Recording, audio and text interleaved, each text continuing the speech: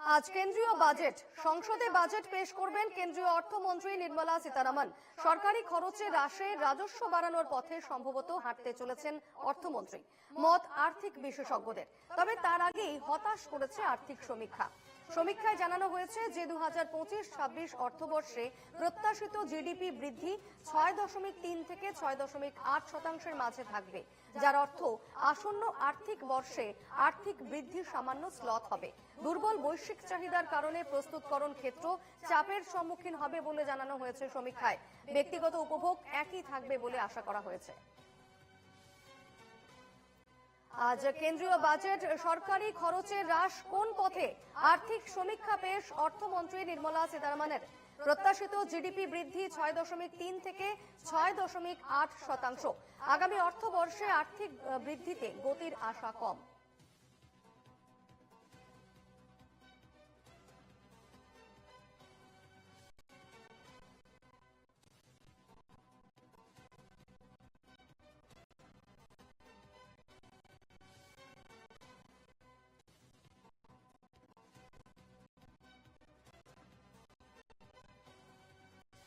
অসংগঠিত ক্ষেত্রে বেড়েছে কর্মসংস্থান। আর্থিক সমীক্ষার রিপোর্ট বলছে অসংগঠিত ক্ষেত্রে বেড়েছে কর্মসংস্থান। অসংগঠিত ক্ষেত্রে প্রতিষ্ঠানের সংখ্যা বৃদ্ধি 12.84%। অসংগঠিত ক্ষেত্রে কর্মসংস্থানের সূচক ঊর্ধ্বমুখী 10.01%। গত আর্থিক বছরের তুলনায় মূল্য সংযোজনের সূচক 16.52% বৃদ্ধি। প্রতিষ্ঠানের সংখ্যা 6.5 কোটি থেকে বেড়ে 7.34 কোটি। কৃষি বাদে অন্য সংস্থায় কর্মী নিয়োগ 12 কোটি।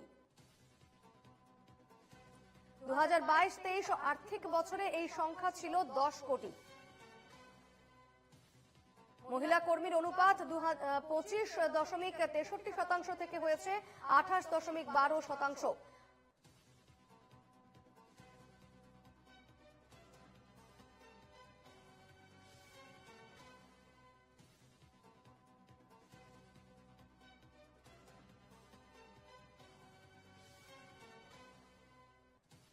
গত আর্থিক বছরের তুলনায় মূল্য সংযোজনের সূচক 16.52% বৃদ্ধি।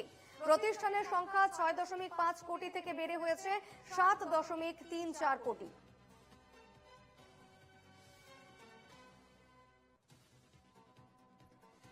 এই মুহূর্তে অর্থমন্ত্রকে চলে এসেছেন অর্থমন্ত্রী নির্মলা সীতারামন, এবং আর কিছুক্ষণের মধ্যেই কেন্দ্রীয় অর্থ বাজেট পেশ করবেন অর্থমন্ত্রী নির্মলা সীতারামন।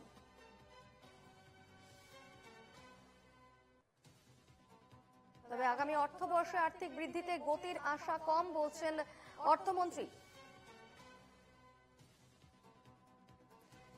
আজ কেন্দ্রীয় বাজেট অর্থ বাজেট পেশ হতে চলেছে, এবং তার আগে সাধারণ জনতার কি মতামত শুনবো। মধ্যবিত্তের জন্য অ্যাটলিস্ট বাজেটটা হোক। আমরা সবাই যে ক্যাটাগরিতে বিলং করি, কেউ উচ্চ মধ্যবিত্ত, নিম্ন মধ্যবিত্ত এবং মধ্যবিত্ত, ঠিক আছে, এই তিনটা ক্যাটাগরি নেই। এইটুকু হয়ে যাক তাহলেই যথেষ্ট। টিকিট প্রাইসটা এমন হয়ে যাক যাতে সবাই দেখতে যাক। আমি তো চাই যে বিশেষ করে মধ্যবিত্ত যারা আছে তাদের জন্য যাতে ভালো কিছু অফার বা বিশেষ কিছু সংবাদপত্র পেলে আমরা খুবই আনন্দ পাবো। সাধারণ মানুষ যাতে সুবিধা পায়, সেক্ষেত্রে যার যে জিনিসগুলো দেওয়ার কথা সেগুলো দিলে ভালো হয়, যেগুলো নিত্য প্রয়োজনীয় জিনিস। ট্যাক্স তো অবশ্যই কমানো দরকার, ট্যাক্স তো অবশ্যই কমানো দরকার। কাজ কামের যে অবস্থা, মানুষ খেটে খেতে পারছে না, আর বাজেটের কত তো পরে বিরাট চাপ। খেটে খাওয়া মানুষরা মরবে আগে। আর কিছু এবারে ইন্ডিয়াতে দেখুন, এখন তো স্টেট গভর্নমেন্টের সবকিছুই বন্ধ এমপ্লয়মেন্ট, তো একটু যদি এমপ্লয়মেন্ট বাড়ানো হয় তো ভালো। কেন্দ্রের বাজেট তো অনেক কিছু বলে দেয়, কিন্তু সেই এতে কাজ হয় না, কিচ্ছু কাজ হয় না। বাজেটে অনেক কিছু লিখে দেখেছি, কিন্তু সেই অনুযায়ী কাজ হয় না। হেলথের দিক থেকে তো আরো খুবই দরকার কমা। আমাদের মতো সাধারণ মানুষদের পক্ষে খুবই অসুবিধা। ওষুধের যা দাম বেড়ে যাচ্ছে দিনকে দিন, সম্ভব হচ্ছে না। সাধারণ মানুষ হিসেবে একটাই আশা করব, ইনফ্রাস্ট্রাকচারে আরো বেশি ইনভেস্টমেন্ট হোক। ইনফ্রাস্ট্রাকচারে যত বেশি ইনফ্রাস্ট্রাকচারে ইনভেস্টমেন্ট হবে, যেমন রাস্তার কাজ অলরেডি চলছে ন্যাশনাল হাইওয়ে প্রজেক্টগুলোতে, ঠিক আছে, এই কাজগুলো বাড়ুক।